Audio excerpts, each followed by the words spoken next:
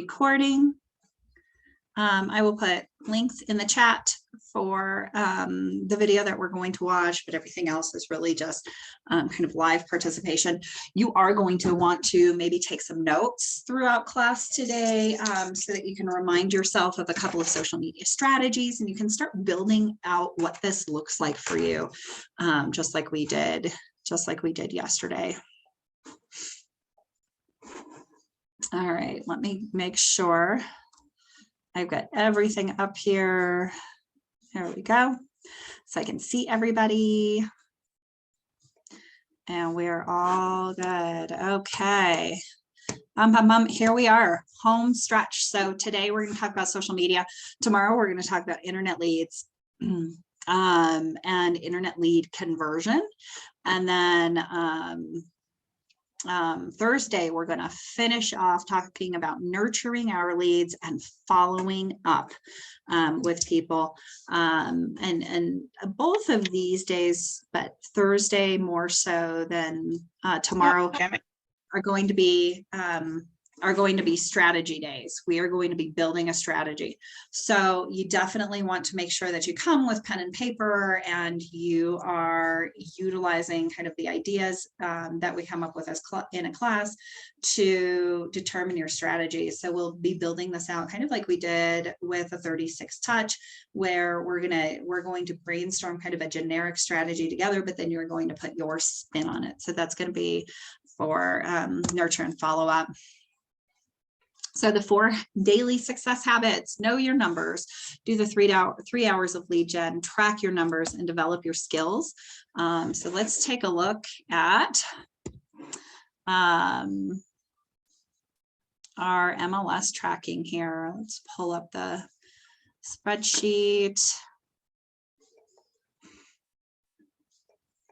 Anybody look at numbers since yesterday? See anything fun? All right.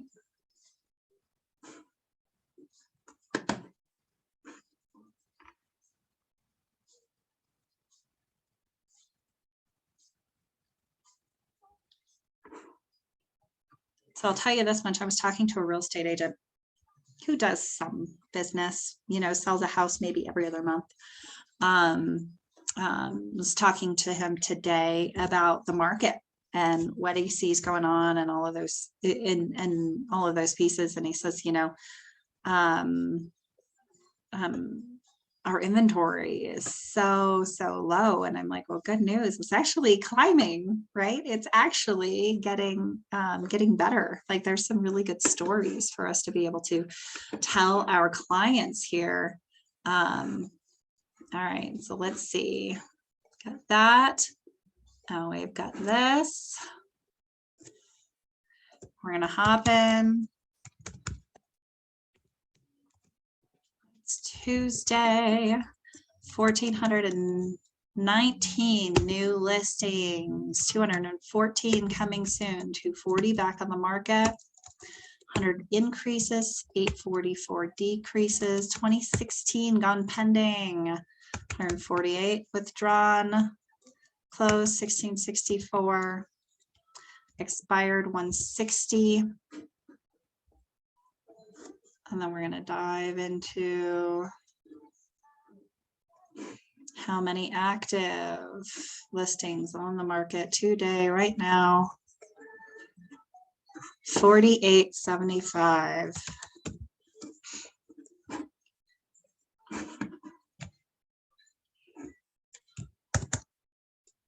Very interesting stuff. 4875. So we're back under 5,000 listings on the market. Probably just a couple of hundred more than we had a week ago. If we go back 2 weeks ago, we've got 1,000 more listings on the market than we had 2 weeks ago. That's a lot of inventory, considering it's a very similar amount that are pending, right? So that is helpful. There's 1,000 more homes for your clients to be able to see. Still not anywhere near a balanced market, right? Still not anywhere near a buyer's market. Let's talk a little bit quickly about absorption rate, and we're going to hit absorption rate tomorrow and Thursday too. But the absorption rate is how quickly everything on the market would sell if nothing new came back on. And we can see based on our closed properties at 1664 and our active listings at 4875, if we took that 4875 divided by 1664, we're at 3 weeks of inventory right now. That's how you would read that.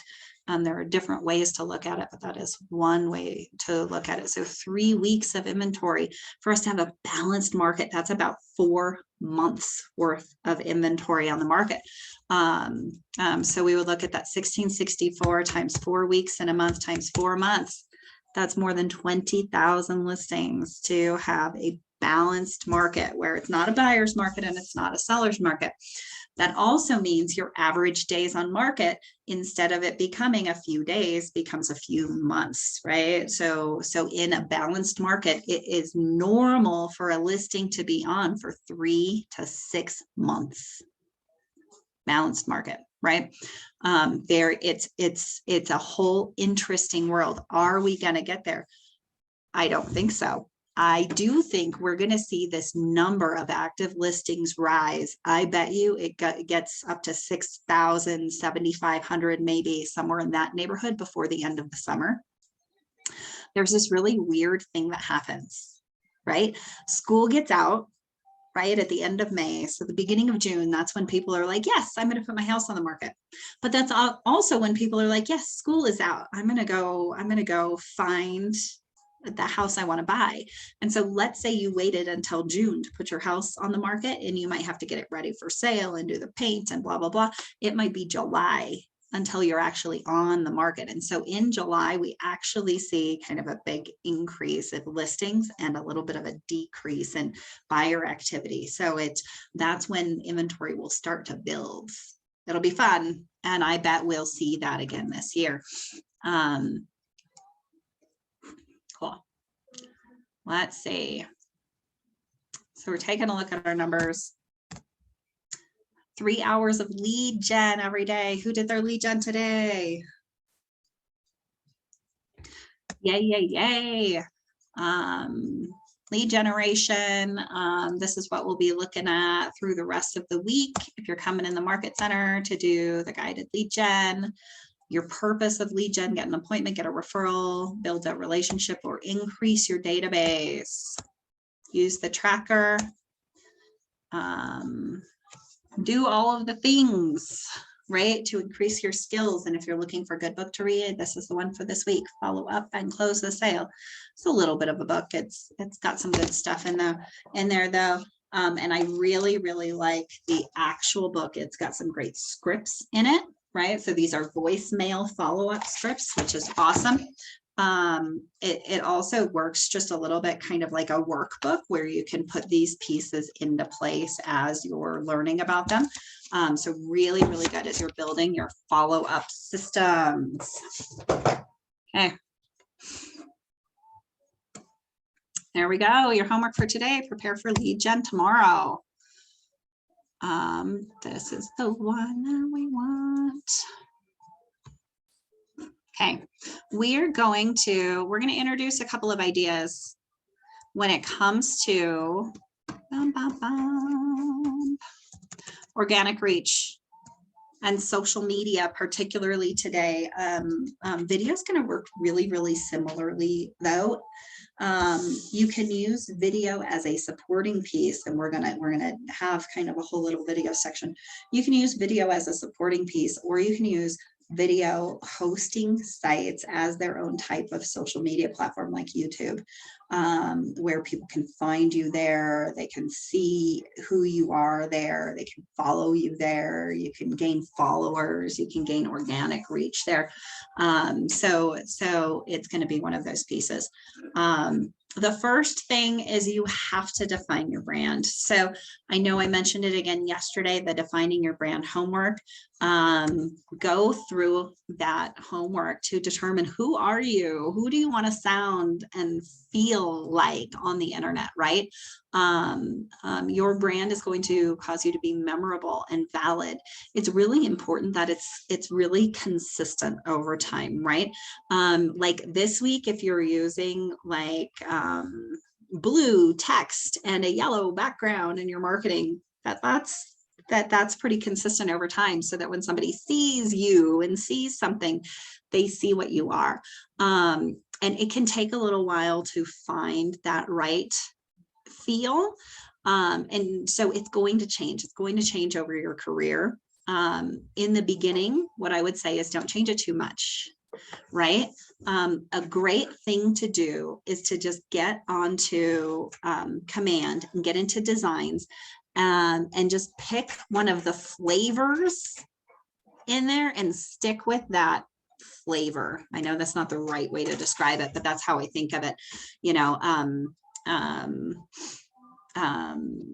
so that all of your marketing kind of looks really consistent. And then you can even utilize some of that command marketing, turn it into JPEGs, and these become your images, your brand images for being found on the internet.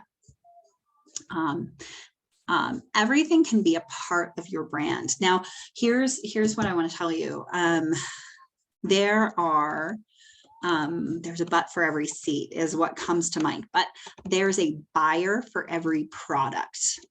Okay. Your brand can either appeal to a small number of buyers or a large number of buyers. That's up to you. The more niche your brand is, the more specific it is, the more polarizing it is, the fewer people it's going to appeal to. The more general, the more generic, the more neutral your brand is, the more it's going to appeal to. One of the things that I love to do is connect with KW agents all across the country and check out their brand and see how different people do it. Friend and follow realtors from across the country. This is great to do with those people who you decided a couple of weeks ago were going to be in your referral network, right? Awesome way to do that. And then also see what they're doing, see what their brand looks and feels like, and determine your voice. Your voice may have a little bit to do with who it is in this market you're trying to attract, right? If I'm looking to attract, or my sphere is maybe predominantly first-time home buyers, I'm going to be professional but accessible. I may use more everyday language. I'm going to avoid industry jargon as much as possible. Yet I still need to, they want to be led. They don't know what they're doing. So my voice may be more instructional. I might be coming from a place of like a teacher or a consultant, right? If my niche is more luxury, right? Or kind of a higher end or a niche market, I'm going to want to use very floral language. I'm going to want to use really big, fluffy words. I'm going to create a lot of imagery inside of my, inside of the language that I use, the voice that I speak with on social media. If my market, right, if my target audience are people who put on a suit every day, then I'm going to use more, industry jargon. I'm going to use more professional language. I'm going to use more corporate and finance terms, right? I'm going to use language that attracts those people. I'm going to not use emojis, right? That's not how I'm going to talk if that's who I'm attracting. If my target market or my sphere of influence are people just like me, right, then I'm going to be a polished version of me. Yet my voice online is going to be free from complaints of like any kind. I'm not disgruntled about anything. I don't hate the weather or the mailman. I'm generally very positive and neutral about things, right? From a personal standpoint, I'm not airing my grievances on social media. That will help me maintain a professional image on social media, right? The second you start going a little too deep into, you know, how your landscaper never shows up on time or whatever the case is, right? People start to disengage with those kind of pieces. Be real, be you, but also be positive, particularly when it comes to anything around the market. All of this being said, your brand should kind of have the same look and feel. If you're using a lot of live photography in your social media, like you're out in the world taking pictures, then you might, you've probably already noticed that your photography style is pretty consistent. Mine is pretty consistent. It's awful, right? All of the pictures I take are awful. They are like off center or out of focus or like the wrong, you know, I'm the wrong distance away. I don't have an eye for photography. So I kind of look for other people to do the photography.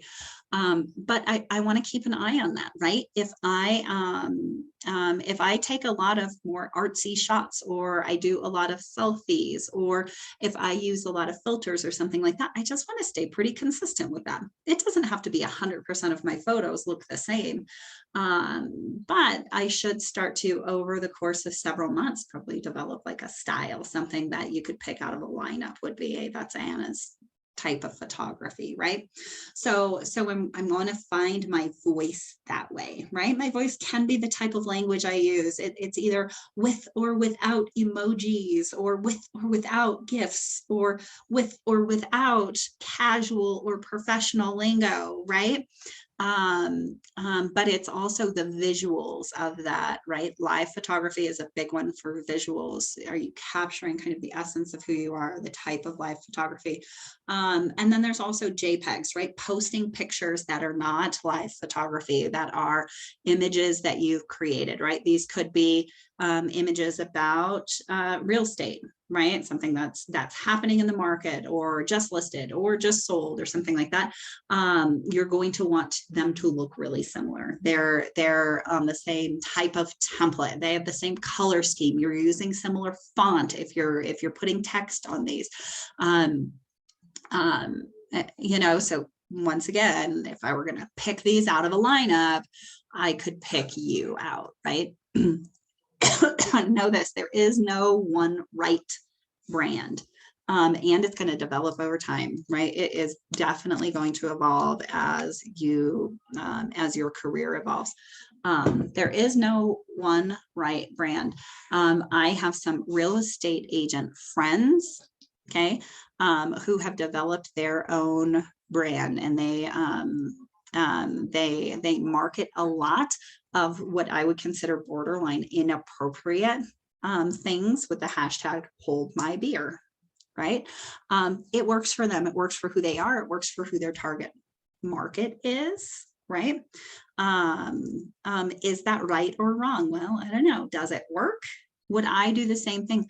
Probably not. Why? Because that's not the kind of person I am. That's not who I am in real life. So why would I be that person on social media, right? In real life, I'm a, you know, I'm a mom and a business owner and a real estate consultant, and I'm a semi-professional who wears jeans every day, right? So that's who I'm going to be on social media as well, right? I'm not going to use all of the super professional corporate lingo. I speak with my hands, right? I'm very animated, so I'm going to speak that way on social media. I use emojis. I would use emojis if I were having communication with the president, right? If I'm having written communication, I love emojis. I'm going to throw them in there.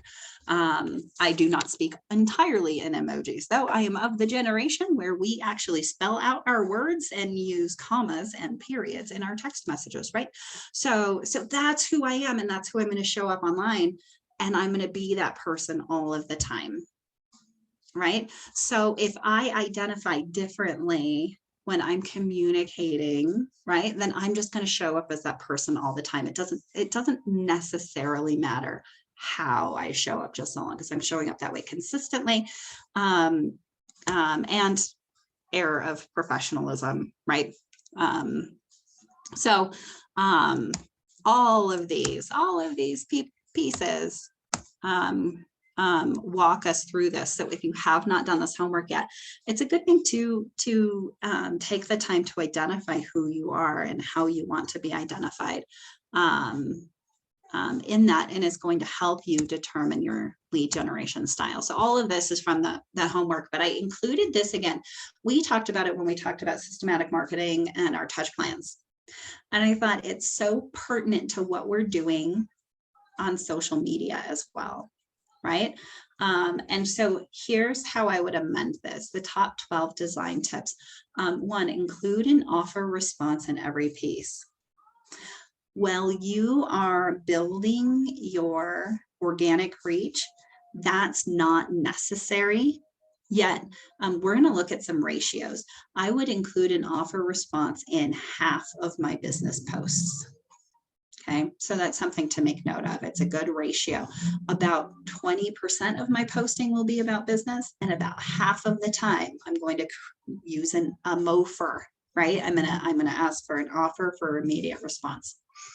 I'm going to come from contribution. That's going to be a big piece. How can I help and serve others? And we're going to see that inside of some of the social media strategies that we look at. Okay, make sure you have a consistent look and feel. It's an attractive professional look. Have a unique eye-catching hook. This is,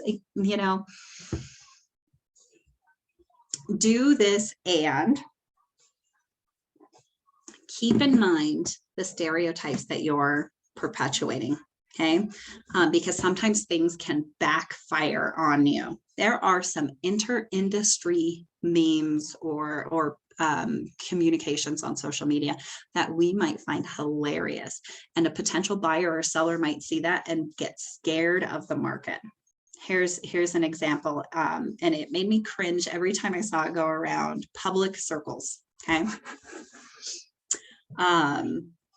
Once upon a time, there were bidding wars everywhere, and real estate was a highly competitive space, right? Still is very much so. And there were some very, very funny internet memes going on around bidding wars and how competitive it was. And in fact, there was this great kind of viral video that some realtors made to kind of poke fun at the housing market and just how hyper competitive it was. And they were literally selling an apple, and it got way out of hand, and it was hilarious. It was super funny inside of our industry. And yet outside of our industry, that type of messaging kept people from making a move because it made it seem like there was no way to win in the market. It was so competitive. Why would they want to get in there? There's no way you're going to find a home you like, and all you're going to do is overpay on it. It didn't paint a picture of confidence. It didn't paint a picture of, I'm going to be able to find my dream home. It didn't paint a picture of like, yes, I want to get into that market too. Right? So being really careful about the messaging that you're throwing out there, particularly when you're, I see a whole lot of, sharing or copying and pasting, otherwise kind of viral real estate related memes and photos. Is it the message you want to be sending about the market? Right? Or is there a way you can spin that into a message that instills confidence and gets people to want to do real estate as opposed to the opposite? Use one focused message per piece. That couldn't be more accurate than in this, right? You're not going to be posting about, about how wonderful your lunch is and be creating that MOFR at the same time, right? That call to action, asking for support. You may sprinkle some real estate in there, but that is not a real estate post. Don't make it one, right? So keep a look at that. Keep an eye out on those pieces as you're creating some of your social media marketing. But here's some of the first strategies that we're going to go into. The first part of developing your organic reach on social media has almost nothing to do with what you are, with the content you're creating. It's all about how you're engaging with others' content, right? And with this, there's a really simple system for engaging with others' content. You can utilize social media to help strengthen relationships when you use it this way. And this is the 10-5-1 engagement system. This is a daily system for you to better engage with people strategically. It's something that you can engage to help yourself scroll with purpose and for a limited period of time, instead of just being on endless scroll, feeling like you have to be keeping an eye on social media all of the time. So the cool thing about this being the easiest way to begin to develop your organic reach is, first, you don't have to create any content. Second, it is free to be able to do this, right? It's just going to take some of your time and your cell phone. Like you can do this really, really easily.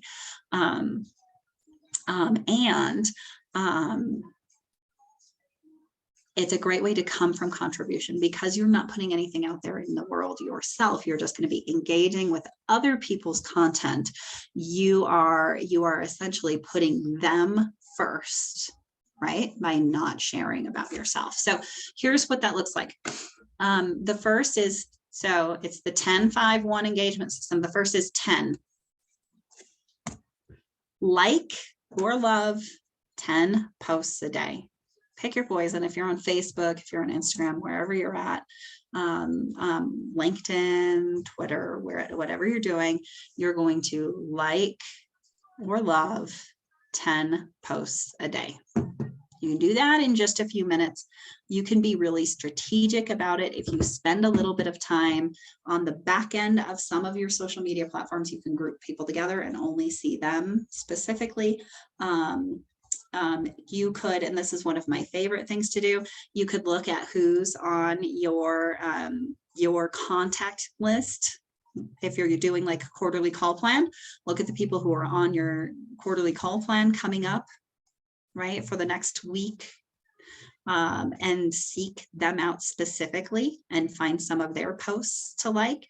That'll do a couple of things. That'll get them to start showing up in your feed more regularly. And also you'll have some fuel for the phone call you're going to make next week, because you will feel like you're more active inside of their life. Your name will be on their radar maybe a little more frequently. So that's one of the ways that I might sort through that if I wanted to be really purposeful about it. 10 likes a day. Remember, it's 10-5-1. So then we get to the 5 comments. I'm going to layer on 5 comments.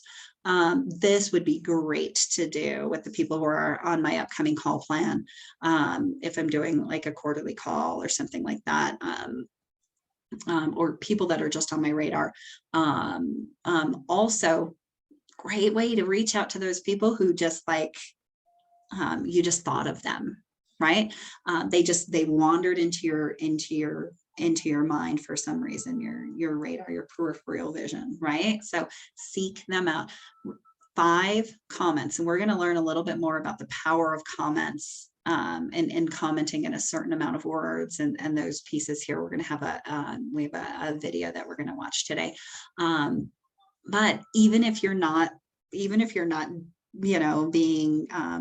being studious about this, and you're just liking and commenting, you're going to start deepening those relationships with people, right?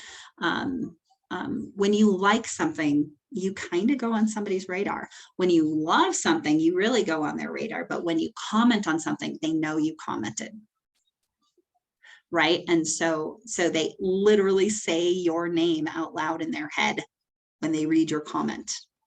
That's a great thing. Anytime you can get somebody in your world to do that, it means you're helping to cement who you are. They're making that connection. When they say your name, they're saying, gosh, where do I know her from? Oh yeah, that's right. She's the, she's so-and-so's mom. She's that realtor from school, right? And then share one direct message or original post a day. Okay, so somebody else said something that you thought was awesome, or their business is doing something amazing. Share their post, right? That's a great way to spread their reach. That person who crossed your mind, who just randomly came up, send them a direct message, right? Could be a text message, but we're looking specifically at social media. Find them on the socials and direct message them there. Or post your own original content and then engage with any comments that you get as well. Yet if you're doing this completely without posting content, you can't. You can 100% engage with others without posting your own content. And it's the way to start. Okay, especially if you're not already regularly posting a lot of content, right? Do it, post something, right? But if you don't want to, if you don't know what to post, if not having a good thing to say or post stops you from posting, then do all of these other things instead, right? Start growing your organic reach that way. When you do start posting, here's some great rules of thumb for the content you put out in the world. There are a lot of questions between personal page and business page. When it comes to this organic reach, it doesn't matter. You're not going to get great organic reach typically with your business page. You're going to use your personal page. Your business page is going to be more for marketing and advertising. Yes, have one of those. Yes, have it be like 100% business or 90% business and 10% giving back to the community, right? But as you're looking to just organically grow your following and your connection with others, use your own personal page to do that. And it's going to be 80% personal stuff, right? Positive, uplifting in your voice, right?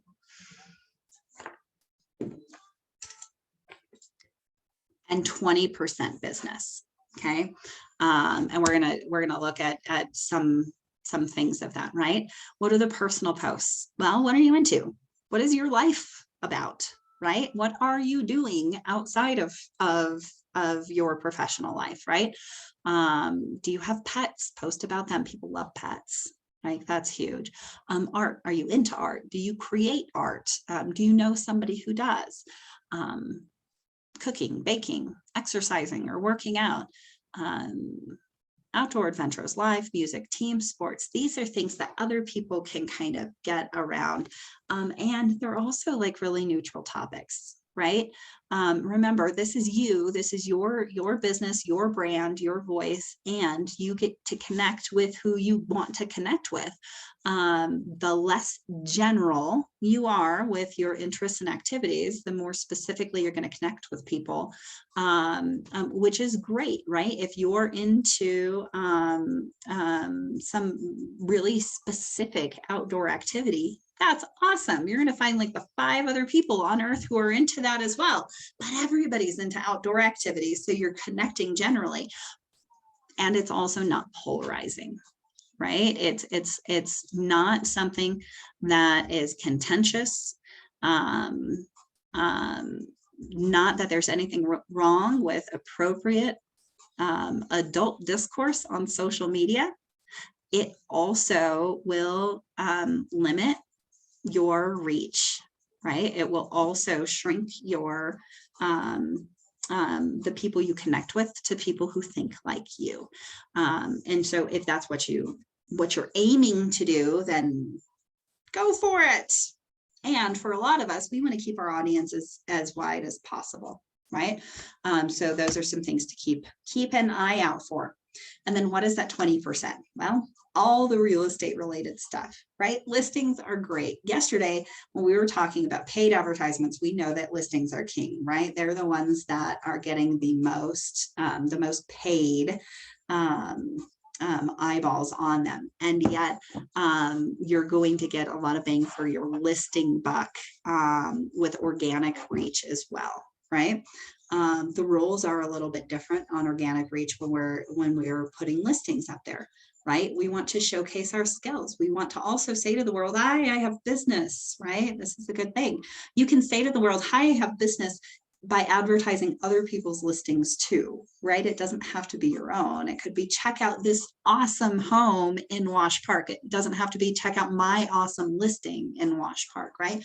You do have to give credit where credit's due, so make sure that you're appropriately giving credit to the listing brokerage firm whenever you're advertising a listing that's not yours, but you can absolutely do that. Open houses, another great way to create that organic reach, because you're going to have an open house. You're going to be here from 12 to 2 on Saturday, and I'd love to see you, and here's all the cool things about the open house. And then between 12 and 2 on Saturday, I could post about the open house, and awesome. Awards that you've received, awards that Keller Williams has received, any of those types of professional awards. Speaking events. I love that it puts that on here. Speaking events doesn't have to be an event you've gone to. This could be a professional event that or an event that you're speaking at. It could be a professional event that you've attended, right? That would be a great post too. And generally speaking, anything real estate or real estate related, right? It could be more or less of a professional post. All of these would be more professional posts, but it could be something random, like, I was looking at market statistics, and we dipped under 5,000 available listings again today. We're at 4,914 or whatever the number was, right? It could be something like that, obviously said in your voice, and with a graphic, if you can make that happen, or a video, even better. You can do both of those things really, really easily inside of Command too, by the way, and get them branded. Go above and beyond, right? 10% community service, right? You can 100%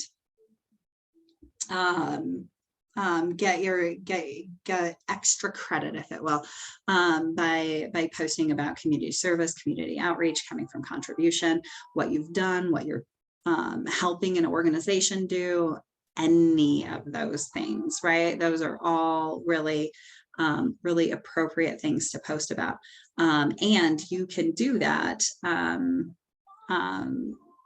from a professional voice or from your personal voice, right? It really makes no difference, right? Community service. Okay, some of your social media strategies. Connect with people you know or have met in one way, shape, or form. On your 8x8, when you first meet somebody and add them to the database, the first task you should set for yourself is to find them on whatever social media platform you are most prevalent in, that you use the most. If it's Facebook or Instagram or Twitter or LinkedIn or whatever it is, find them there if they exist there, and friend them. Let them know you found them. Long past are the days where that seems creepy or stalkerish. It doesn't anymore. It is an expected activity.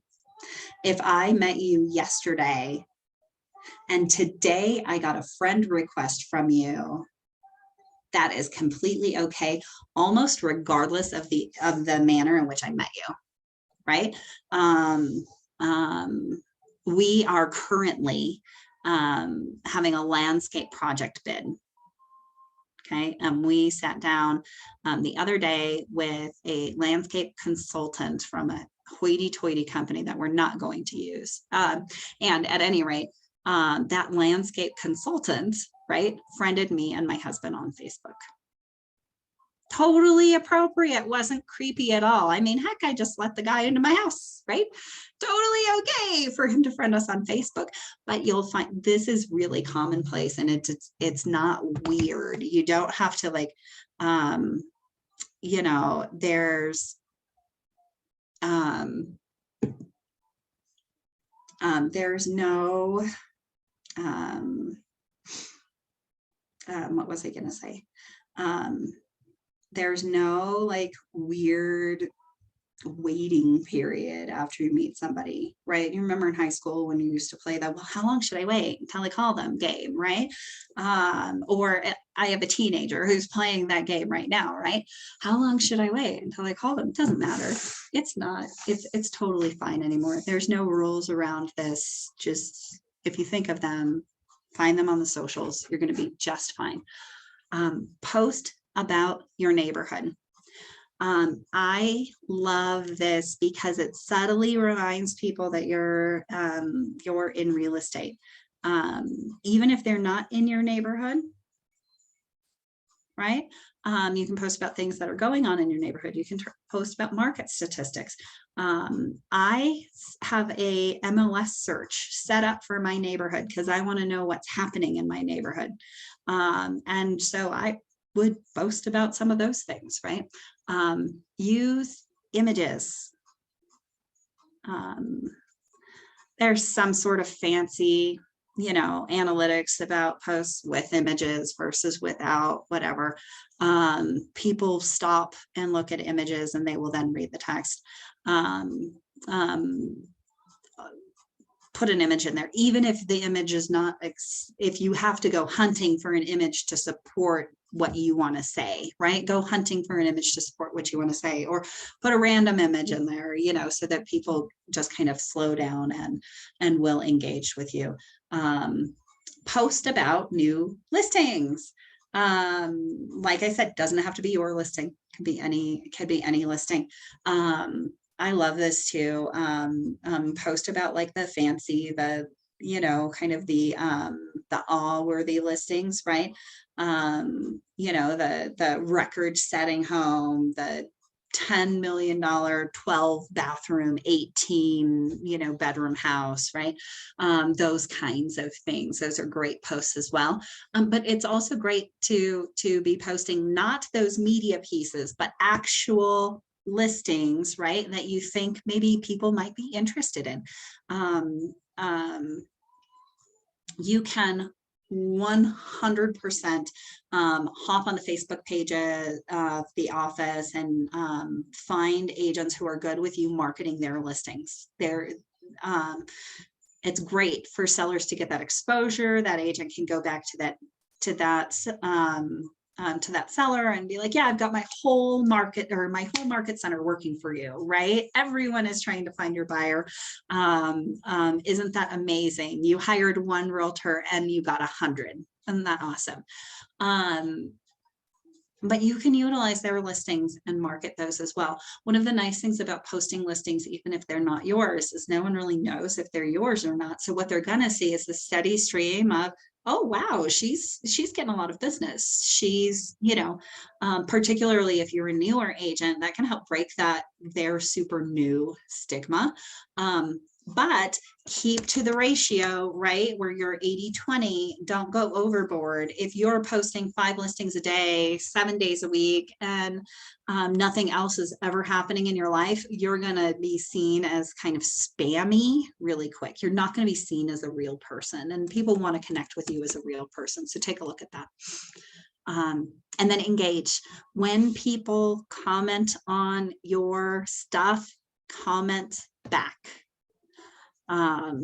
Try and keep a conversation going at least, right? Or acknowledge that they exist with that comment. Now, on your business page, you can build out your business page with lots of highlights. Think hyperlocal information. Think a lot of market statistics, school information, local restaurants and shopping places, walking trails, right? Things, rec centers, areas of attraction, things that people would be interested in if they just moved to the area and, right? And we're asking a realtor questions. utilize tech developments to help with your postings. We covered that a lot yesterday. And post client testimonials. This is a big piece. That client testimonial can bleed over onto your personal page. It can fit inside of that 20% of what you would post. Yet this should be a mainstay of your business page, is those client testimonials.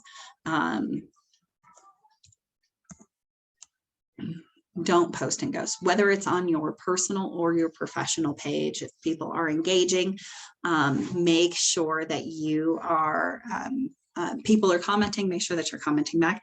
Even if it's not a particularly favorable comment, interpret it the most favorable way you can and comment back to that, right?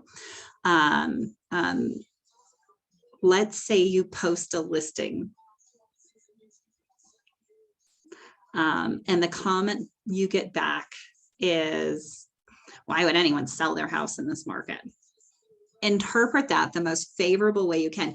You know the voice they used to post that, right? It was probably that voice that I just used, right? It was probably a little grumpy and curmudgeon-y, and interpret that differently, right? When you read it aloud, read it, why would anyone sell their house in this market? Because I want to sell my house in this market, and I'm wondering why anyone would do that, right? And respond to that more favorable voice that you're hearing inside of your head.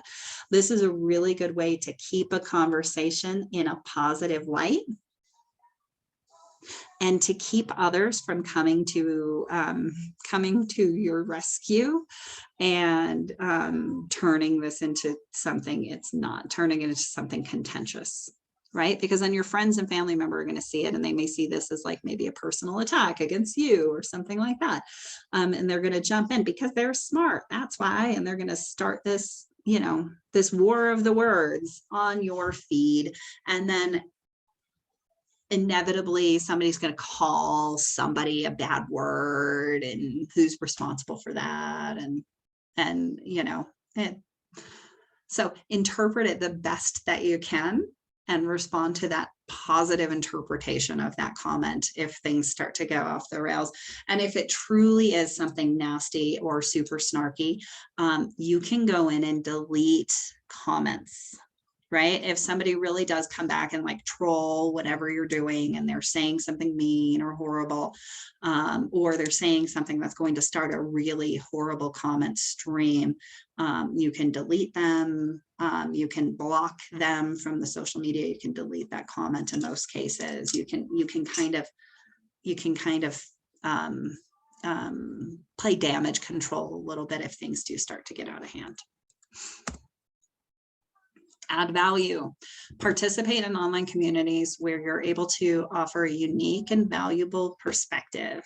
This is huge. These might be communities that you already exist in, or they might be places for you to go on out and find them. This is really great when, when you get to play the role of realtor inside of your, social media networking groups, right? Do that as often as you can and follow all of those other rules, right? Okay, so here we go. Be authentic, right? Be you, use your voice, right? That's why we started all of this by deciding kind of who we are and looking to consistently utilize our voice inside of them. Don't be a jack of all trades. You don't know everything about everything, right? But what do you know about? Well, you know about real estate, right? You probably know about whatever your hobbies are, and you probably know about real estate adjacent connections, like, hey, electricians, plumbers, and landscapers, and all of those, so that you can connect people to them and they start to think of you first, right? Those are things that you probably know a lot about. You don't have to chime in and be the expert on everything.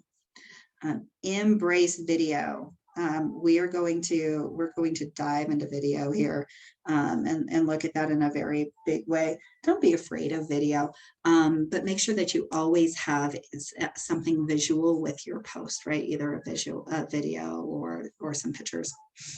You can use analytics to optimize your posts. When you are getting more serious about growing your organic reach, this is absolutely something that will help you take it to the next level.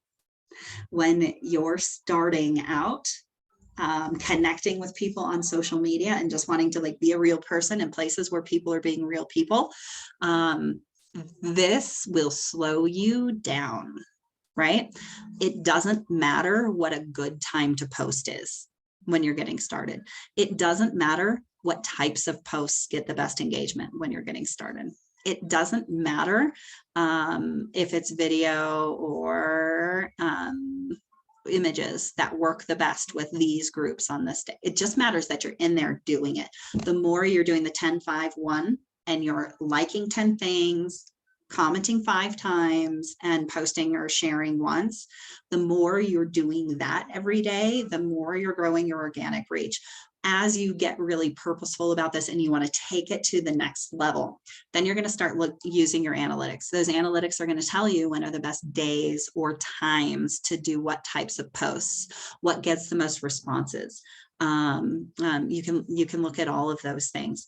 I have a horrible example to share on this, but just like you guys, sometimes I watch TV I'm not proud of, right? One of my favorite guilty pleasures is clip shows, right? And so we'll watch things like ridiculousness on TV. And it's just horrible fail clip shows. And one of the co-hosts on there is this young rapper chick, and her name is Chanel West Coast. And Chanel West Coast is not like a polished professional, right? She's a young rapper chick and she talks like a young rapper chick, but she shares this. She's an Instagram influencer. Okay, it's like one of her titles. It's what she does. And so she knows, because she looks at the analytics, that pictures of her butt get better response than pictures of her face. Horrible, I know. Absolutely. But this example will stick with you now, won't it? So when she's looking to get people's attention, she makes sure that her butt is like front and center in the picture. I know. I'm just saying, as you become more serious about growing your influence, you are going to identify which pictures, right, which types of posts get a better response. In your case, it's probably going to be something along the lines of, I posted a listing and I posted just a fun fact while I was in a showing, right? And that listing got a better response than that fun fact while I was in the showing, right? Or something like that, right? Something along those lines. Over time, as you get more serious, analytics are going to help you with those. And then ask for help. There are so many different ways to get help in this world when it comes to social media and what you're doing. One of the first things I already mentioned, find other KW agents from around the country and follow them. Find the ones that are really, really good at social media and follow them. You're going to be able to find them pretty easily, right? Because they have a big social media presence. They might already be a friend of a friend, or they're in your referral network that you're building now, or they're reaching out to you, trying to get you to be a part of their referral network, right? See what they're doing. Do a lot of R&D in this world, rip off and duplicate in a really, really polite way, right? Where you're taking their concept and making it your own, and you're not necessarily ripping off their pictures and posting them as your own, right? But you're using their strategy and you're utilizing pieces of that for yourself. KW Connect is also a really good place to go to be able to connect with other agents who are doing this. Any sort of, social media classes or training, right, would be great places to go get more help. And identify where you're at in kind of the process of creating your strategy. Right? Because if you're at the very beginning where you're trying to build your organic reach and you're utilizing the 10, 5, 1, but you're not really posting regularly, or content creation isn't high on your list, then going to a class that is geared towards being an influencer might be a couple of steps up.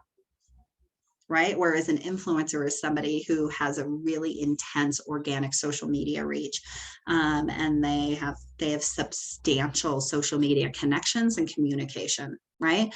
You may have a few rungs up that ladder, but if you're already posting regularly, if you're creating really great content, but you're just trying to get better engagement on it, then that might be the class for you, right? But if you're just going with the 10-5-1 and you haven't really started creating content, then maybe that next step for you is how to create great content, right? Is a class that's more geared around how do I find and create and build the habits around making this kind of great content. So recap, here's kind of what your 10-5-1 social media strategy looks like. This is a great thing to just layer on to what you're already doing with your lead generation. These touches would supplement what you're doing with your 36 touch. I wouldn't specifically say that, oh, if I commented on their post, it's a purposeful strategic communication. Yet it helps cement what you're already doing. Give me a moment here as I get my itchy throat in check. So let's dive in. We have an actual real life social media influencer who's going to be sharing some stuff with us. Tomorrow, we're going to watch the first half of this special video, which is stellar all the way through. It's incredible. The first half is about lead generation, particularly on with search engine optimization and how you can beat the algorithms, how you can win when you're advertising on the internet. So we're going to dive into that tomorrow, but today we are going here. All right. Some great ways to really grow with social media. All right, so I'm going to make sure you guys can hear this before you mute me. Make sure that you're taking notes. Let's see if I can make this happen the right way here. Okay.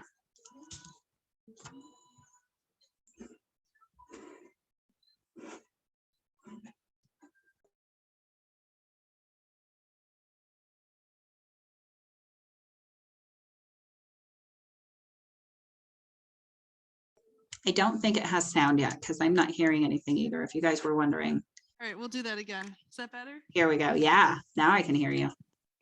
Should be. Okay, perfect. All right. So I'm Amy Stack. I am Can you guys hear one this? of the Market Center Tech Trainers for Yeah, the E2P cool. group.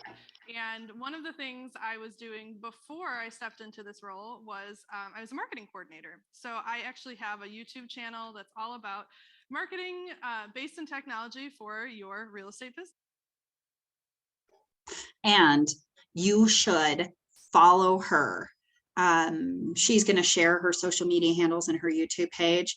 It's The Social Stack. So her last name is Stack, S-T-A-C-K, The Social Stack, all over the place. Like I said, find some, I call them my heroes, right? There are a handful of people on social media who I follow and I want to emulate, right? Like they do things that I really like. So find your heroes online.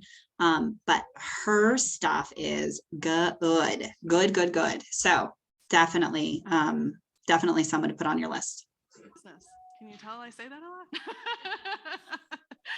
So if you guys do want to check that out, it is just youtube.com/thesocialstack. And this will be recorded. It is being recorded. We'll put it up there as well with Mike's permission. And got a thumbs up. So this will go back on the channel as well.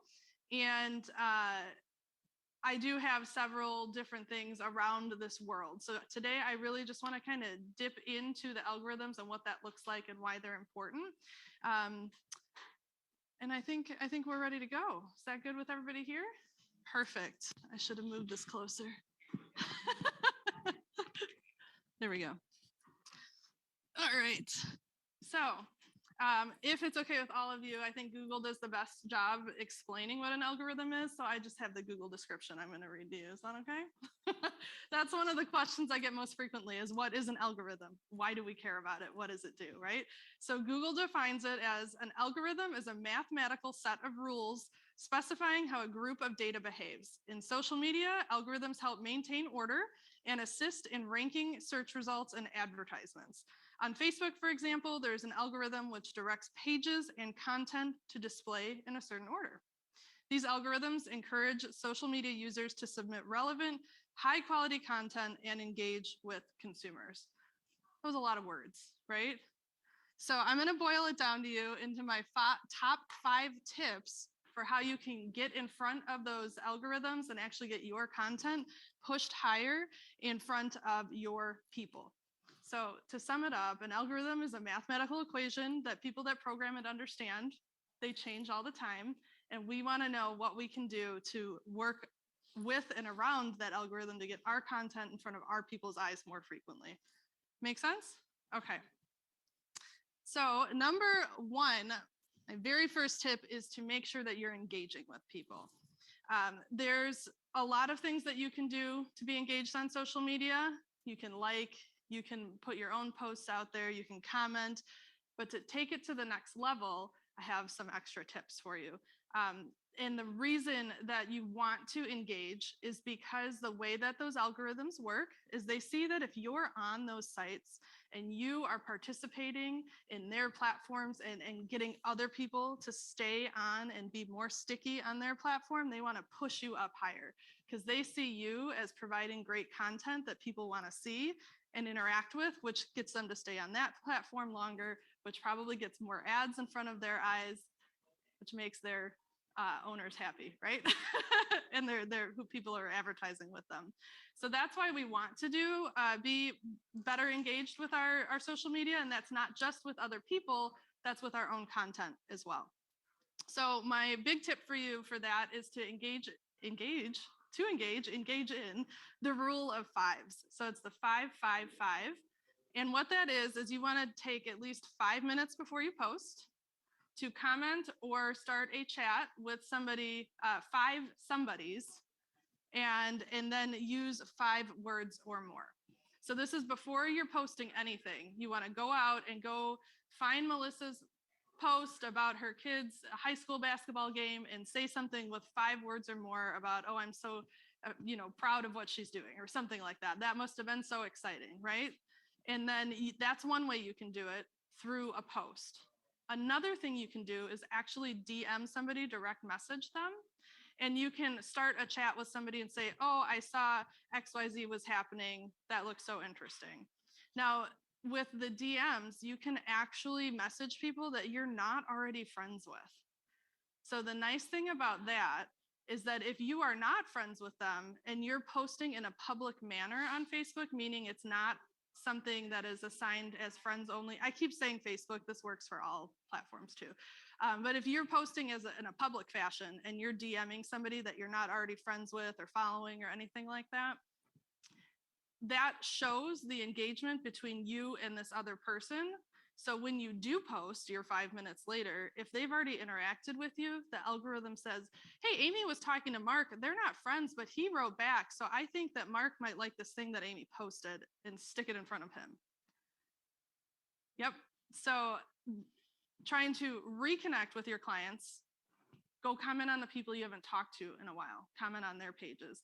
Looking for new clients, go comment on somebody or start a message with somebody that isn't connected to you yet, but maybe shares a similar interest to you. So that's the rule of 5. It's 5 minutes before you post. Reach out to 5 people, whether it's a comment on something they posted or a direct message, using 5 words or more.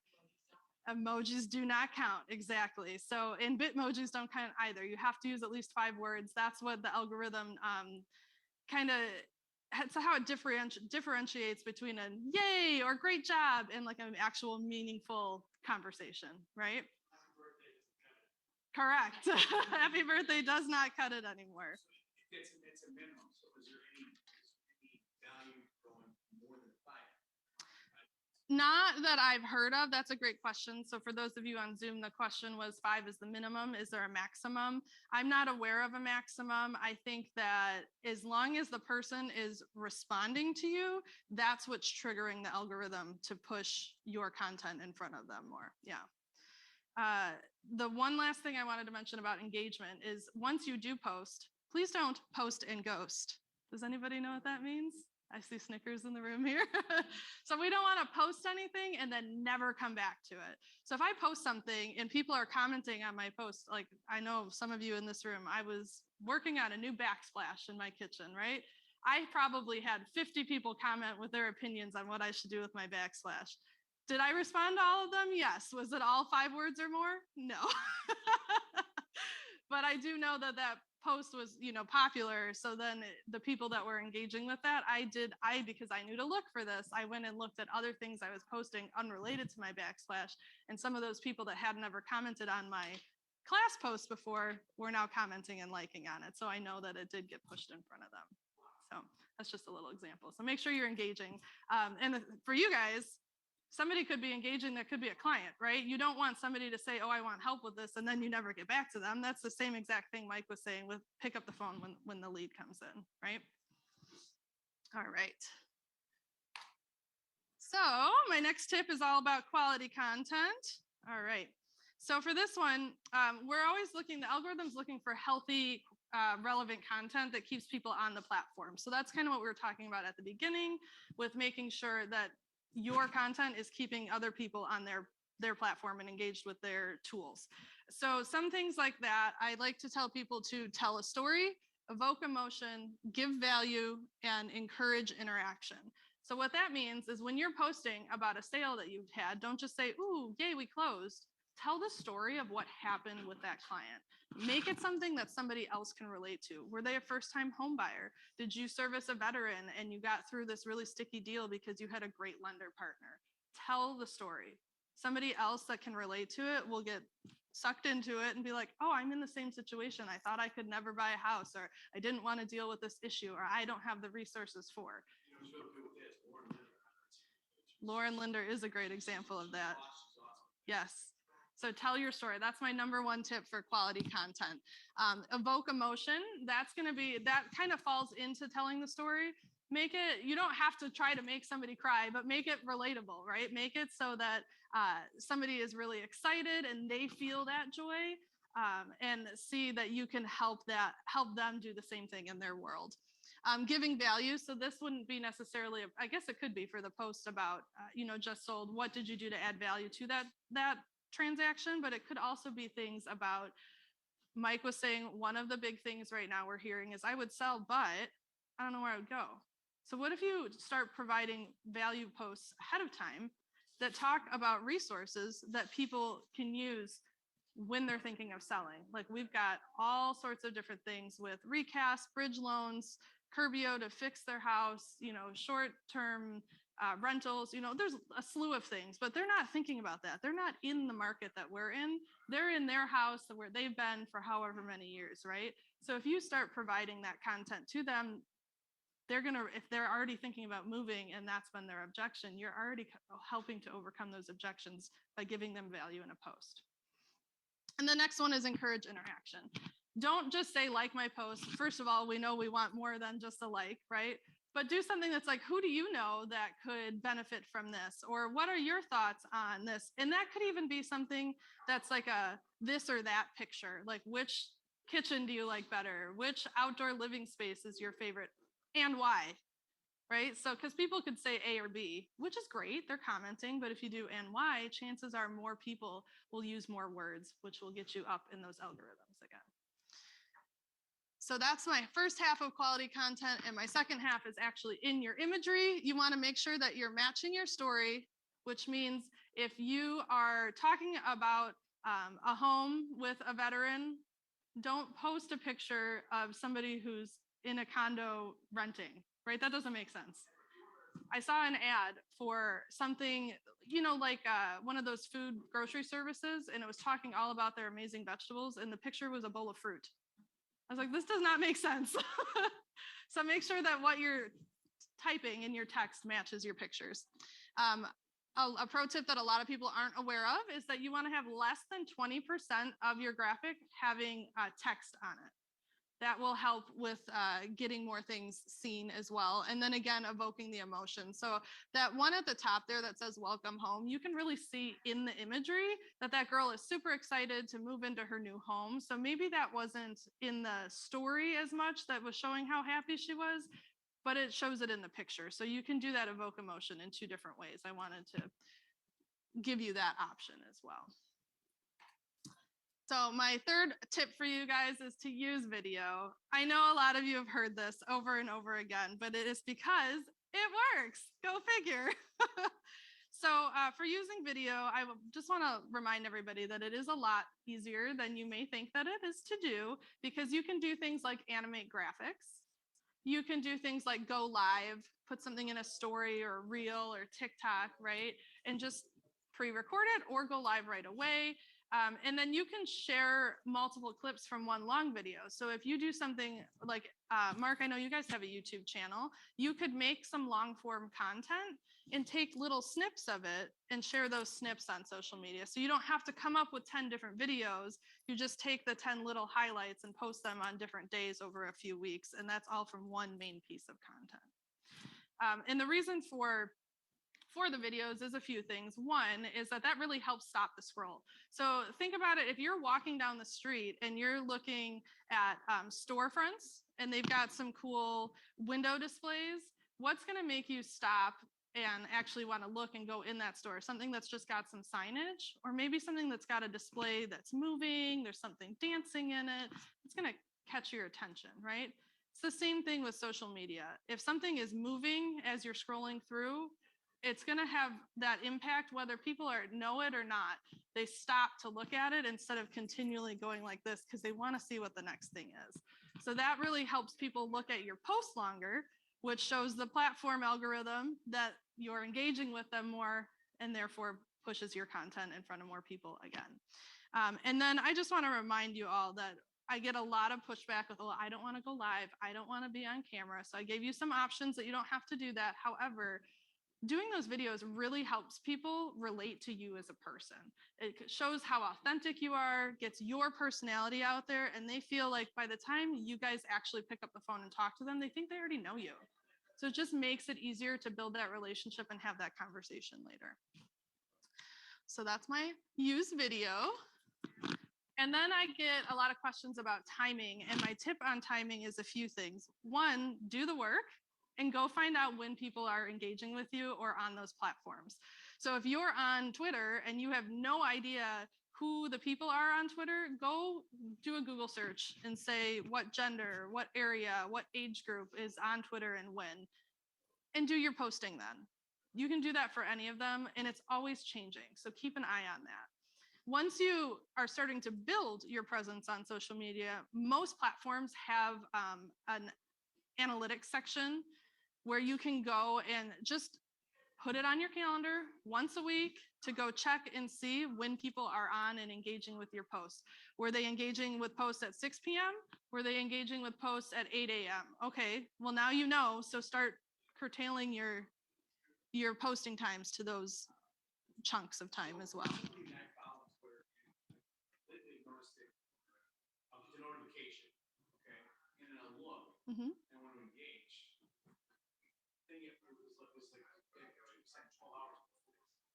So for those of you on Zoom, Joe was saying he got a notification that somebody tweeted, and he went right away when he got the notification to interact with it, and it said that it happened 12 hours ago. So that's meaning that that algorithm is telling you something happened, but it doesn't think necessarily that you're going to either engage with it or that you care enough to go right away. So it was waiting to show you that there's other things that thinks maybe you're more interested in. So it put those in first. Yep. Which isn't a fault of yours because you're the recipient of it. Yeah. But that happens a lot on social media where you'll see something a day or two afterwards, which is why if you've noticed, I always advertise my classes 2 days before my class. So there is a reason behind the madness, method to the madness, I guess. And the other question I get around that is frequency, not just what time of day, but how often should I post? My suggestion, again, do the research because different platforms want different things. But for like Facebook, 1 a day is a really good thing to start with, a good amount. However, if you don't think you're going to keep up with the 1 a day, do less. Because if you start with 1 a day and then you stop, the algorithm thinks you're not being consistent, which is number 5. See what I did there, Mike?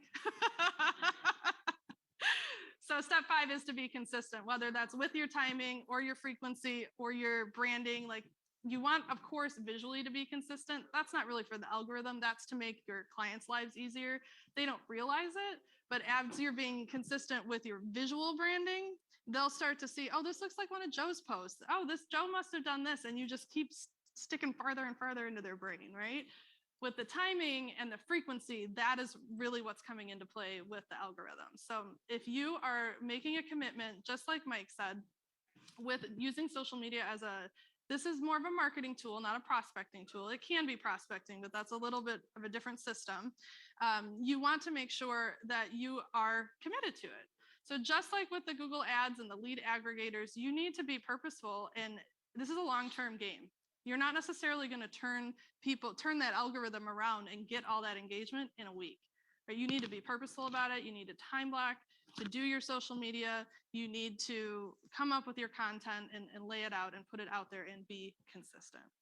So with that, we talked about how to engage. Do you guys remember what the rule of 5s was?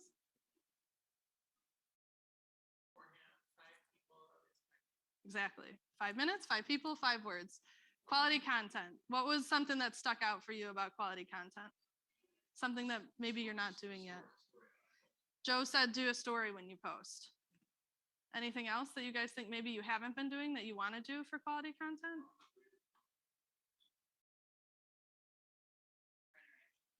Christy said look for interaction. Yep, that's great. Using video. Who's using video already? Who's going to use video going forward? All right. Timing. So we talked about being purposeful about your timing, and it's worth it to go do the research to learn the platform you're working with, and then being consistent, which this is going to go into everything you do with your business, whether it's lead gen or building a system to do follow-up or serve your clients at a high level. It's the same thing with social media. Why would it be different anywhere else? And that's what I got for you today. Any questions?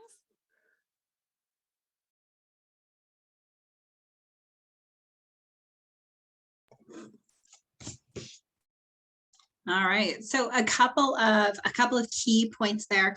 I love that she dials this down to 5, right? So engage was the first one, right? And she uses the rule of 5. You can use that along with the 10-5-1. It all goes well together, right?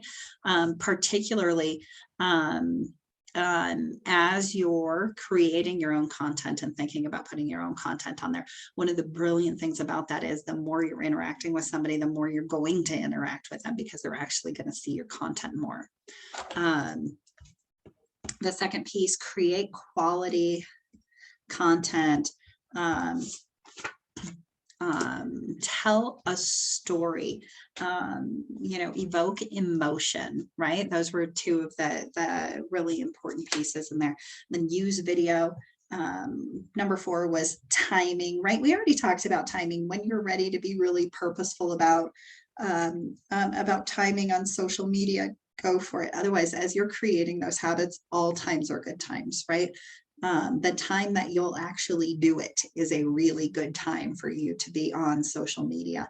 And then be consistent, show up time on task, over time. Fun stuff. Before we start talking about video, what questions do you guys have? Let's chat about it.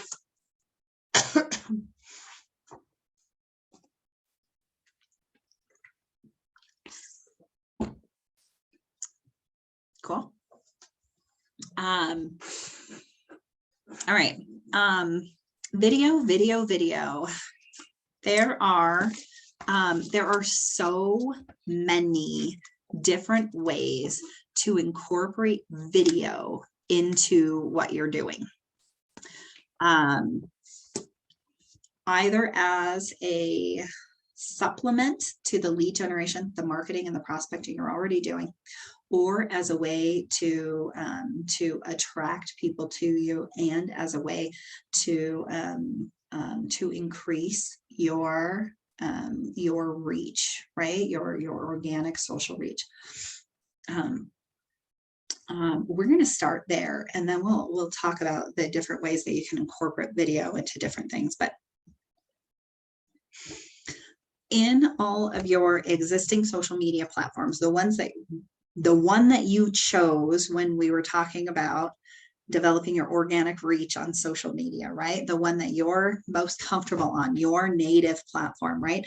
Video can help you get there faster, right? Because when people are seeing you on video, they feel like they're seeing you in real life. You start to get to know somebody, trust them, like them more frequently.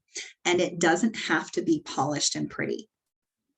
In fact, the more common, the more you're posting on your personal page, the more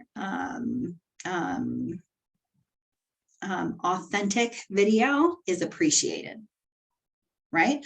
The more you're posting on your professional page or posting professional videos, go with something that's a little more polished. Okay, but it doesn't have to be. A great segue into video, if you're not using video yet, would be virtual tours. I love virtual tours as a segue into video because they get a lot of hits. People will watch them. They want to see what's going on inside of somebody's house. A step up from a virtual tour is a live or a video guided tour where you're actually walking through the property with your cell phone and you're narrating as you're going through, right? Those are great things to do. Market statistics, right? If you're going to do like a daily post about market statistics, you can just do a quick live video about them, and that can be your graphic. Maybe that's only sometimes, and sometimes you're doing a market update, graphic, or sometimes it's a video or one or the other. Going live. So in the primary social media portals, you can go live. You can take your phone and you can do live video that will broadcast as you're recording it. Live video is extra nice because it takes all of the people who are in your circle and gives them a notification that you are live. So it is yet one more touch for them on your feed, as opposed to recording the video ahead of time and posting it. If you recorded video ahead of time and post it, not everybody's going to get a notification or an update on that. But if they're in your circle and you go live, then they'll get the notification on that, which increases the likelihood that they're going to catch you live. But it's one more touch. It's one more way that you go into the news feed.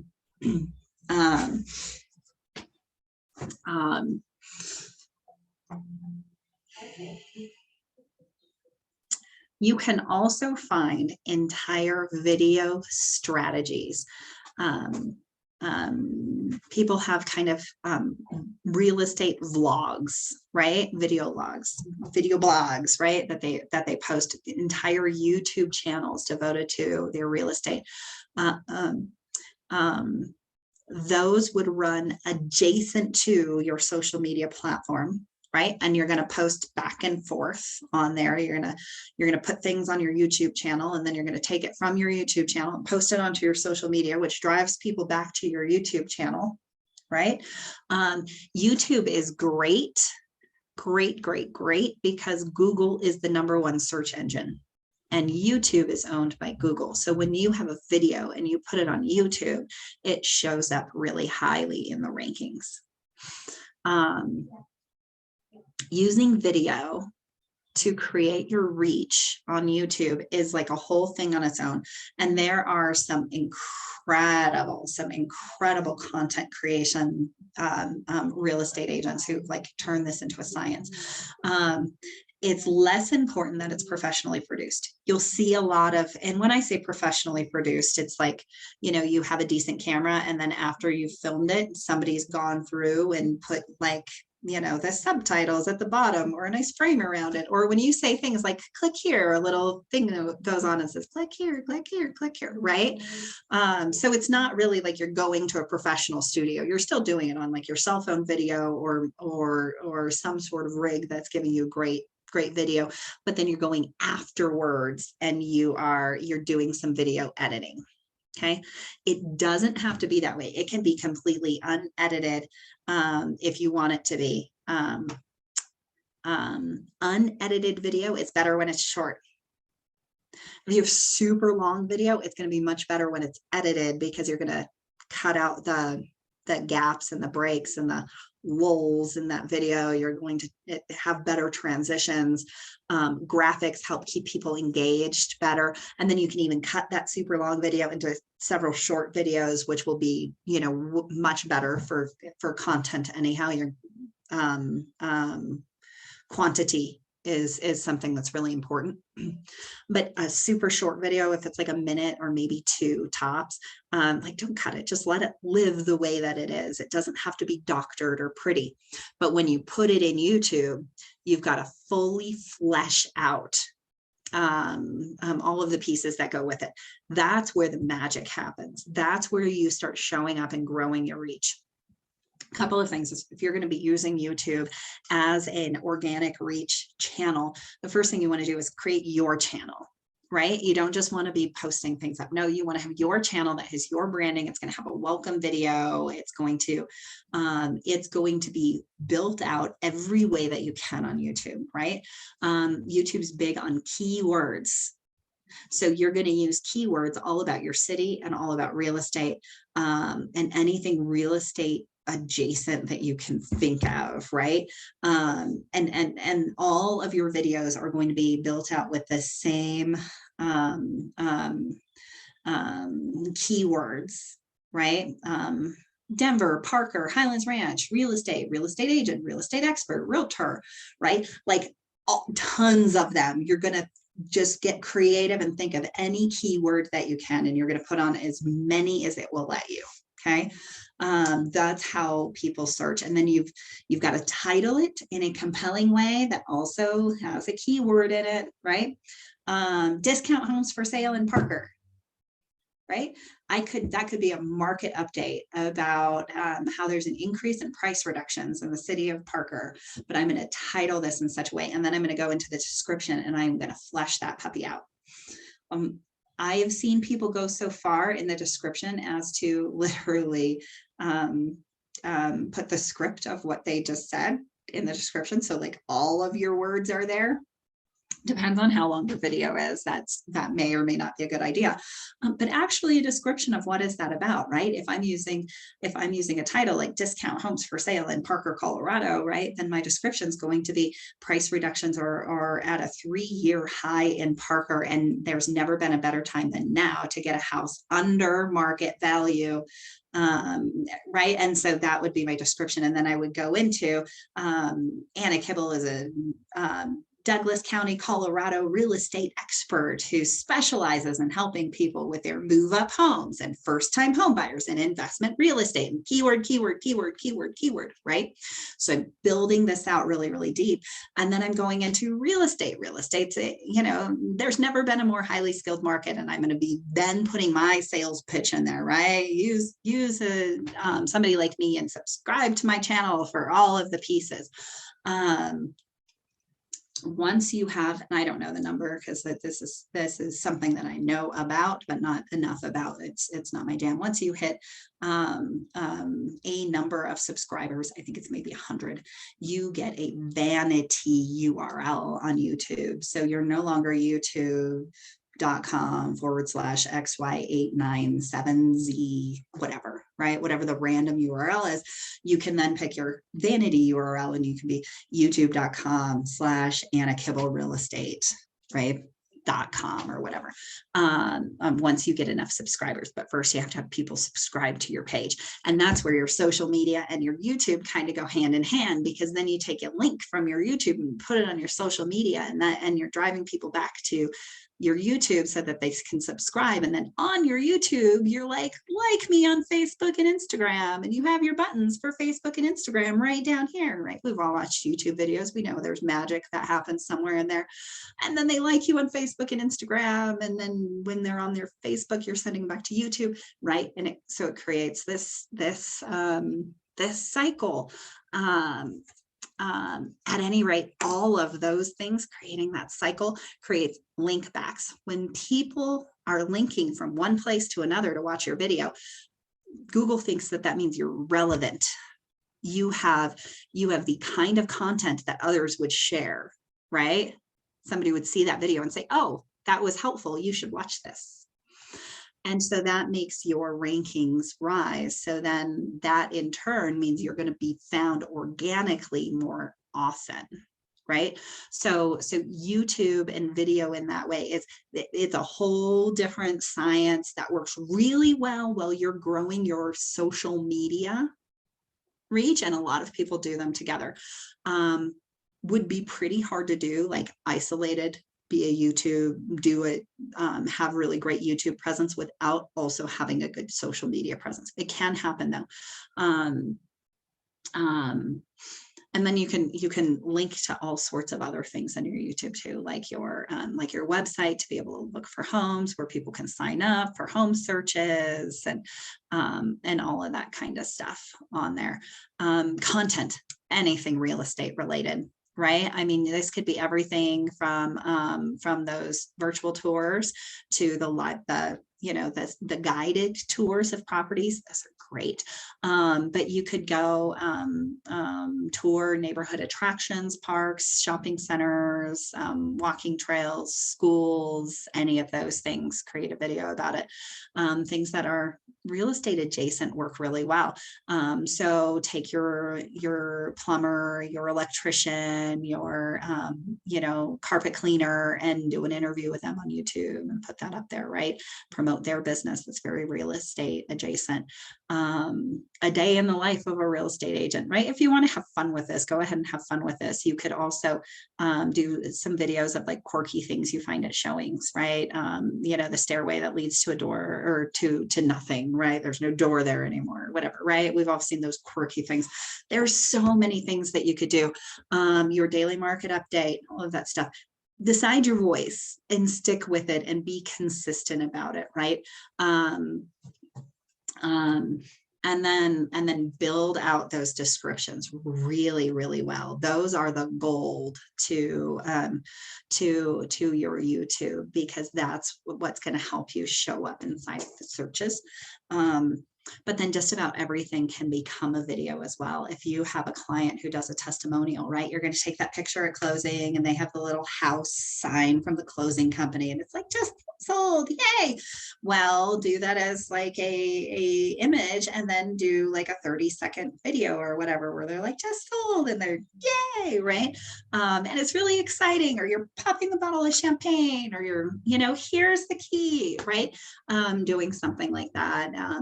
Those different kinds of things can boost it. Those are more supplemental pieces, right? You're going to want to have some meat and potatoes on here. The best thing about your YouTube page is if somebody goes on there and then starts watching your videos as a resource, right?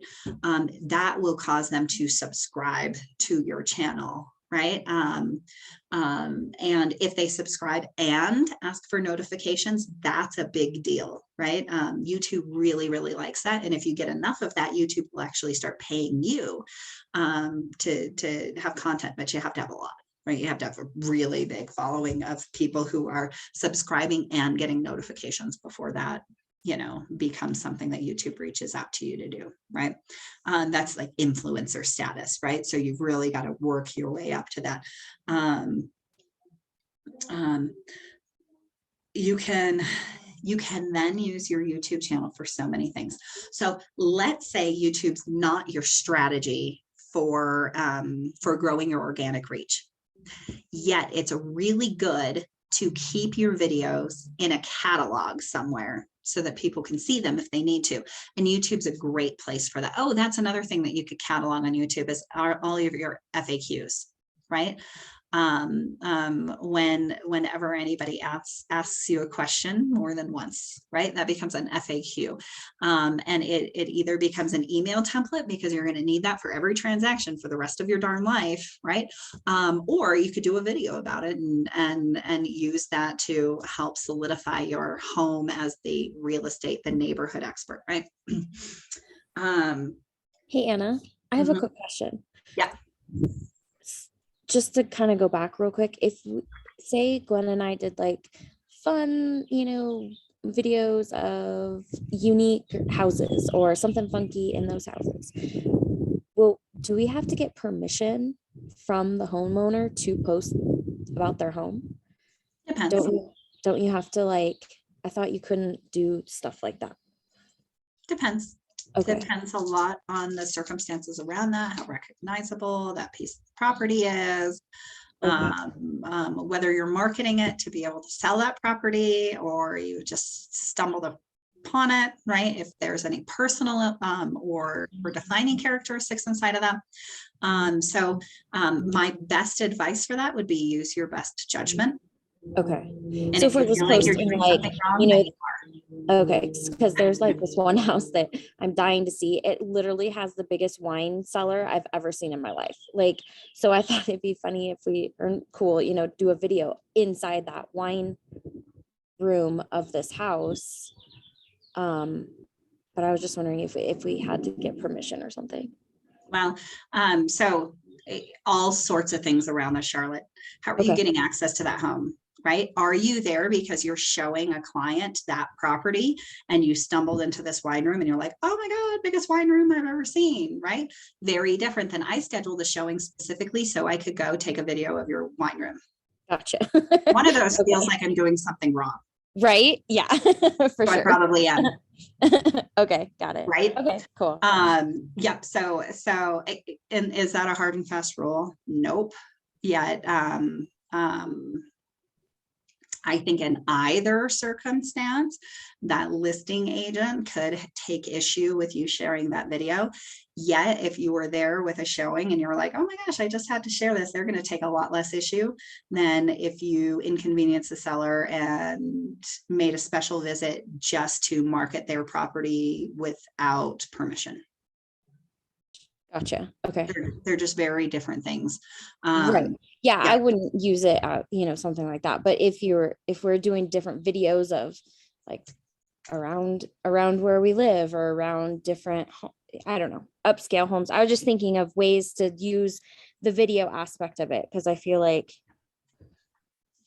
Gwen's a little bit better about doing video stuff than me, but if I'm trying to add more videos or, do stuff, I don't do videos because I don't like how my voice sounds. I don't like how I look, you know what I mean? So if I'm trying to do more videos, I was just trying to think of ideas of what to do. Absolutely. And those are great ideas. And if your intention is to be able to create those videos for your marketing pieces, and that's your sole interest, or at least your predominant interest in that property, it usually warrants a telephone call to that listing agent to say, hey, this is what I'd like to do. Would that be something that's okay? Even new construction, you have to check with you should check with the sales people with the on-site sales people before you're doing a video tour of that property as well. Make sure that it's okay. In most cases, they're going to be okay with that. They might have certain criteria for it. You want to do that. And that's a really, really different kind of video than I'm walking through a new build with my clients. And this is the tiniest bathroom I've ever seen, or bathtub I've ever seen. And I take a video of my 6'7", 300-pound buyer trying to squeeze into this itty bitty soaking tub, right? Two very, very different things, right? So I think your intention behind that video impacts the permission you need. Yeah, well, like you said, I would never do anything negative because you don't want to put a negative spin on anything. Like, Even if I'm doing it positive, even if I scheduled that showing so that it could be like, oh my gosh, this is like the best wine cellar I've ever seen. I'm going to call that listing agent, regardless of my connotation behind it. But if my purpose for being in that home was to take a video of that wine cellar, I'm going to get permission first. okay, cool. But if Thank I'm you. there with my buyer and we stumble into the wine cellar and we're like, oh my God, we could get lost for days in here. Totally different things. You see that the intention is different, Yeah. regardless of the message of the content. Perfect. Okay, thank you. Absolutely. Absolutely. And that's a great question too, because those are all such interesting pieces that can, kind of create some gray areas when we're looking at content creation, right? And if you're building a video library like that, super fun to do. And you absolutely can, and you can link back to that. You can feature those videos on your website or on your social media. You can drive people there to your YouTube page. But if there's not, like a great kind of educational quality to it, then you're probably not going to get a lot of organic reach out of that. Yet still a very good thing to do. I have a YouTube channel. We have a couple of them for the office, but then I have one for myself that is very, very few actual public videos on it. Yet I have hundreds of unlisted videos on there. And so I use this as a place for me to hold all of these videos, but you can only see it if I send you a link for it. So that creates a kind of a privacy there. So it's not public facing, nobody's going to search it, but I can then use that video for a strategic or specific message. This is a great way to be able to use video hosting sites to store a bunch of that kind of stuff, or like your social media fuel, right? As a place to be able to store all those pieces. I use it a lot for strategic messaging as well, right? Like invitations, event invitations. That's a great thing to do. You could create a YouTube video or a series all around an event that's coming up. And here's my video to invite you, and my thank you video, and my video at the event. And I don't have to make them public. The cool thing about not making them public is I also don't have to go through all of the work of building out the keywords to make them so searchable and all of that stuff. So it's a different way to use that tool to create video in my business, right? But then YouTube videos are embeddable, which means if I'm doing other types of digital marketing, or I'm having somebody do it for me, I can use that unlisted video and I can embed it so that it plays on like a landing page or a website, or I can use it in partnership with different email distribution companies like BombBomb, right? And I can actually send somebody a video email that way. YouTube plays really nicely with Google, right? Because YouTube is a Google company. So if I'm using my KW Gmail account to send out YouTube videos, right? They look really nice in the email, and they kind of make it through. They don't excuse me, hit like the spam filters and all of that stuff. So if I'm going to post a video, or if I'm going to send somebody video, I'm going to email them a video. My best chance of them receiving it is I'm using a video hosting service like BombBomb, or I'm hosting it on YouTube and I'm sending it through my email that way, and I'm hosting it unlisted. I can also host things private, which means nobody can see it except for me, right? So it's there, and it's, I find unlisted is my favorite choice, because then I can send you a link to it if I want you to see it, right? And then there's this guy. This is one of the best video tools, video communication tools you can get. So inside of Command with Twilio, you can actually attach a video to the text messages that go out. They're kind of pricey because I think they're like 4 credits per text to send when you have a text or when you have a video embedded. So you're not gonna get a lot of bang for your buck there. But sending somebody a text message with a video is a great way to get their attention from your cell phone. And it's really, really easy to do. I love this for people I've just met. And the text I put in the video is usually damn similar to the actual video that I make, right? The video is going to be something like, hey, it's Anna Kibble. We just met at the open house, but I wanted to make sure that you had my contact information. And obviously you can put a name to a face.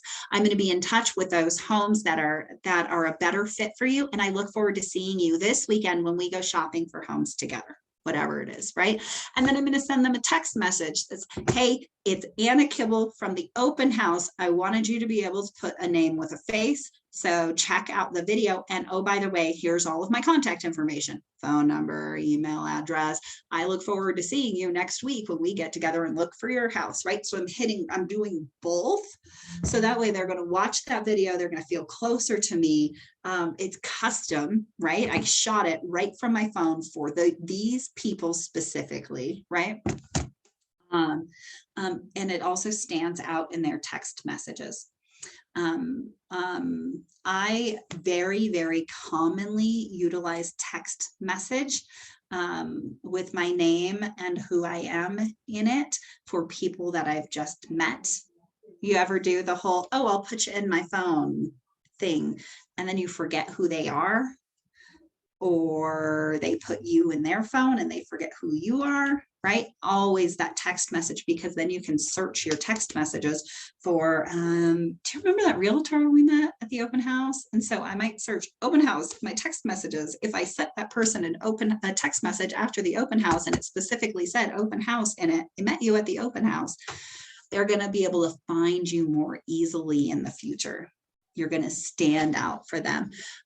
So it's one of those pieces, and as often as possible, I'll send a video along with that too. It's like one of the best follow-up things that I think you can do is just immediate video or really, really soon after video. And then, you could even do that video and then schedule that text message to go out in like a day or two also, right? So there's so many different ways that you could use it, but those are some of the my kind of favorite video uses. The text message, hands down, my favorite one. Email video is okay. I think people see it sometimes about as often as they're going to see a video or see your email anyhow. But text messages have something like a 90% open rate or better, right? People get a text message and they're going to see it, especially if you're using like your cell phone text message. Mass text messaging apps do have a higher likelihood to be marked as spam or to get filtered out. So if you're using Twilio and sending video, that you're probably not going to have as high of an open rate. They're going to be pretty darn expensive to send. So just some things to consider. All right. Let's see. Homework today. Branding. If you haven't created your unique selling proposition or have your brand identity, then hop into the resources. And I can put that link back up to hop into the resources so that you can grab those. They're definitely worth checking out. I will put the link in the chat for everybody. So that you can get those resources and prepare today for your lead generation tomorrow. If you're following along with us, we are doing video lead gen tomorrow, which could be any number of the video strategies that we've talked about. The key is to just film the damn video and send it. And Charlotte, for anyone who's like you, and I'm definitely one of those people. I hate the way I look and sound on camera. Hate it, hate it, hate it. My number one piece of advice: don't watch your video and don't edit it That's hilarious. until you're ready. You're beautiful, so you don't have anything to worry Oh. about. You're sweet, and I think you are too, right? So the same reassurance and confidence building you can give me, I would give right back to you, right? Like you sound great on video. I've met you in real life. I know what your face looks like. It's gonna look the same on video, girl. You go be you. So here's how I get past that. I don't look and I don't do multiple takes. I do it once unless I really, really botch it. And then maybe I'll do it twice, but I'm okay with some ums and some, that didn't come out right. Let me try it like this, right? I'm okay with all of that stuff until you get desensitized to it and you can do it. If you never get desensitized to it, then don't even edit your own videos. Enlist help, right? Trade off with a friend and edit each other's videos if you're both in the same ballpark, or hire somebody out for that. It's actually really inexpensive. You can go to like Fiverr and have a video edited and have things put on it for really, really cheap. But yeah, I don't watch anything that I do. I can't. Good to know. Well, hopefully I'll just be filming Gwen and posting about Gwen. There you go, right? And then she doesn't have to watch anything that she does, right? She can just feel confident that she said the things she intended to say, and that you're polishing up and making it look good. Awesome. Anything else, guys, before we call it a day? A lot of good information, Anna. Thank you. Absolutely. It's good to see you, Kathy. Thank you. And I'm so sorry that we hopped on Zoom. I didn't want to talk Oh, to that's okay. an empty room. So I was like, well, just nobody's here in person. And then That's okay. No worries. so we've got 2 more to go. Tomorrow, we're going to be talking about internet lead generation, which is kind of a crazy topic, right? There are some easy buttons, and then you can get really geeky and in the weeds on some details there. But we're also going to talk about internet lead conversion. So this would work for internet leads, social media leads, all of those cold leads that we might receive, aggregate leads, right? If I buy a lead from somebody, lead conversion. So we're going to talk about that tomorrow. And then Thursday, we're going to wrap up. We're going to be talking about follow-up and nurture. They're different things. When I'm nurturing somebody, it means I'm nurturing that relationship for an opportunity to do future business. And following up is when I've already nurtured that relationship for that opportunity to do future business, and I'm just waiting for the time of that future business, right? So they're two different things, right? In one instance, I've already earned the right, maybe, to do business with you. In the other, I have to nurture the ability to earn the right to do business with you. So, so slightly different strategies inside of each of them. Bring pen and paper. We're going to be building out our strategies. And we'll see you then. Thank you. Absolutely. Have a good afternoon, guys. Thanks.